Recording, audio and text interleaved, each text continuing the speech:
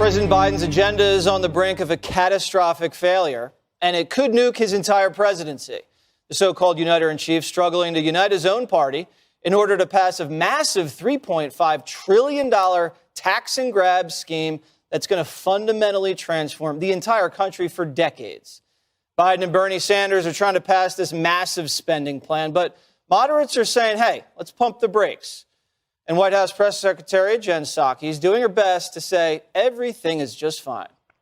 Our objective here is to work towards unity, work towards an agreement. That's in process. We're not there yet, but we're working on it. Well, I would tell you that I think there's a fair number of people who might consider themselves quite progressive in this administration. The role the president is playing is working to get 50 votes in the Senate. That's a role it sounds like they're happy to have him play. We'll see. The day is young. I'll just keep saying that. That's the theme of the day. And Democrats are either terrible at math or think the American people are too stupid by repeating the claim that spending $3.5 trillion will actually cost nothing. It is zero price tag on the debt. We're going to pay for everything we spend. This is a $0 bill. Of the investments that were proposed, including tax cuts and the pay-fors, including making the tax system more fair, zero. It's not about a dollar amount. The dollar amount, as the president said, is zero. This bill will be paid for. Dagan, $3.5 trillion, zero, costs nothing. Yeah, everything's free. They are bad at math. They might as well. Nancy Pelosi could get up there and say 2 + 2 is and it would be more truthful than what she was saying. And they do think the American people are stupid. The Biden administration has done that all year of the no, you just don't understand. Like your grandmother when you disagree with her. That's what Nancy Pelosi is doing. And we're not going to get any better at math based on that. I think, and this is something Dana's talked about with another subject, I think if this $3.5 trillion package, it's not that, it's $5.5 trillion, and it's not paid for based on the Joint Committee on Taxation, only $2 trillion is raised in revenue. And these are vast entitlements that transform the United States. It's the end of the American dream. There's universal basic income in here, $1 trillion in the child tax credit that would go on forever. It goes to the affluent. There are other elements in here that changes the foundation of the way we work and live. The American dream is about striving and moving up and working hard. And none of these entitlements, which go on well into the future, are tied to work. So it encourages people to essentially sit at home.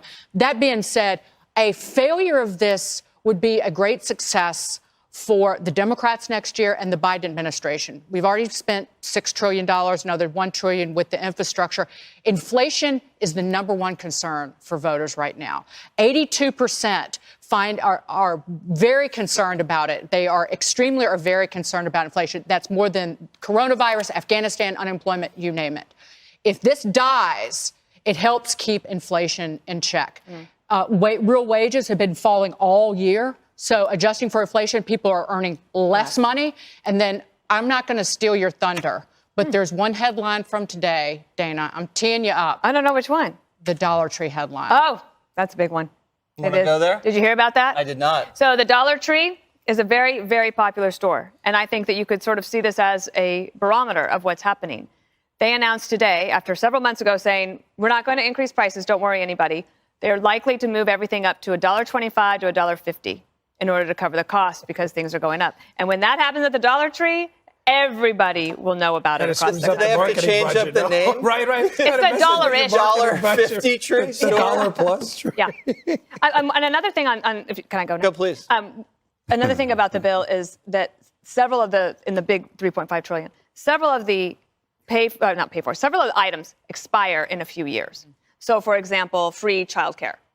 That goes away in 4 years. So what happens? Then you have to have a big fight, and you have to find out who's going to reauthorize it. So it becomes a weapon to use against any conservative who might say, I actually don't think this is a great idea, but once you start on these entitlements, that's why AOC always says, what are you talking about? Our programs are so popular.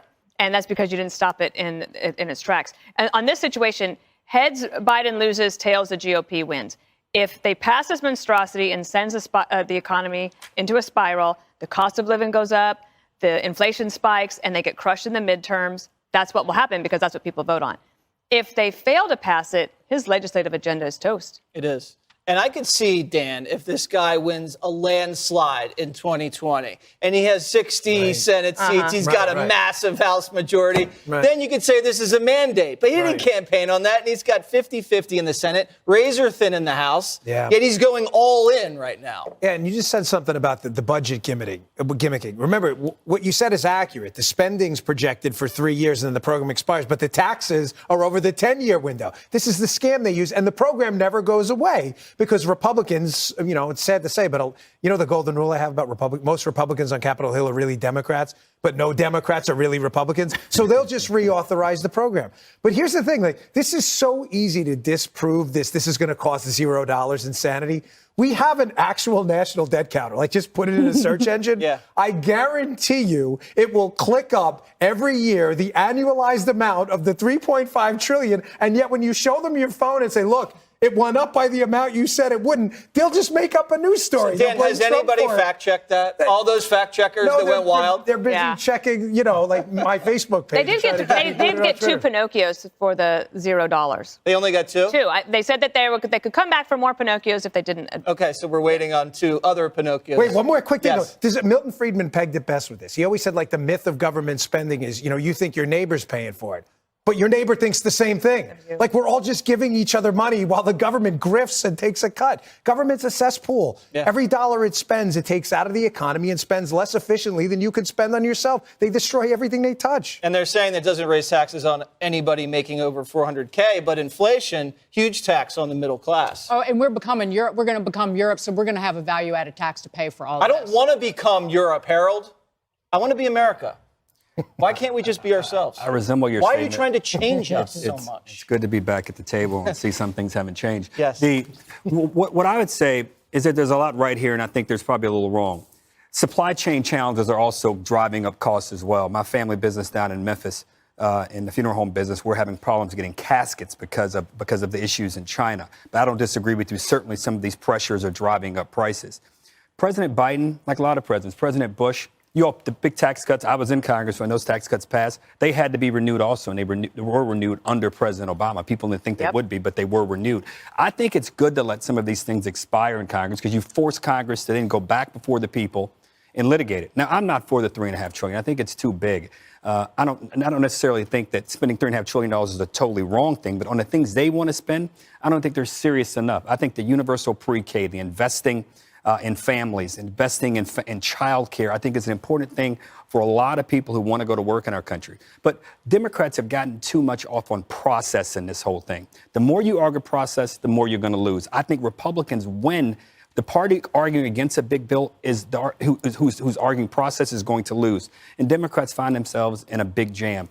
Biden, like every other president, is facing some headwinds. He's facing some consternation and some adversity. He was elected to unify the country. He was elected to help us overcome COVID and boost the economy. And the Afghan evacuation didn't go well. He's not able to unite his own party, which is creating challenges. But he has created those headwinds, Harold. Those are all self-inflicted. Some of them may be, but others are not. He has to unite his own party. If he can't unite his party, he's not going to. Everything you led with about this being a bad thing for Biden and for his agenda, it will come true. If they're able to get together and pass something small, grab the victory in front of you, grab the infrastructure package, try to get some momentum, then go forward. But trying to lose $3.5 trillion is not going to do it. I could talk about this for days on end. Number one, this universal pre-K. Okay, let's get the government involved in that area of the economy, which will surely drive up the cost. The way health insurers and college. Why do you think it costs $250,000 to get a 4-year degree? Because of government intervention in lending. So no to that.